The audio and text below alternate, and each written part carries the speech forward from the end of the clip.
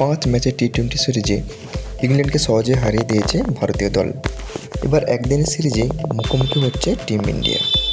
3 ম্যাচের সিরিজে প্রথম ম্যাচে নাও খেলতে পারেন ভারতীয় দলের 2 তারকা ঋষভ পান্ত ও রবীন্দ্র জাদেজা।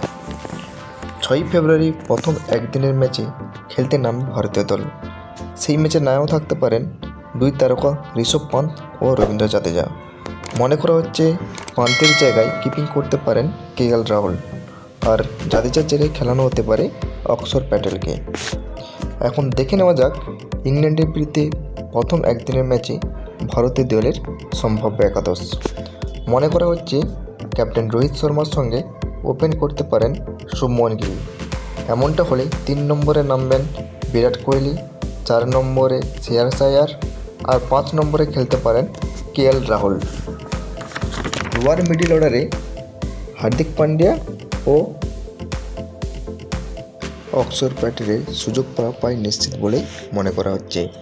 স্পিন বিভাগের ক্ষেত্রে স্ট্রাইক বোলার হিসেবে কুলদীপ যাদব ও বরুণ চক্রবর্তী দায়িত্ব পেতে পারেন। পেস বোলিংয়ের দায়িত্ব অর্শদীপ সিং এবং মোহাম্মদ শামিকে ভারতীয় দলের স্ট্রাইক বোলার হিসেবে খেলবেন।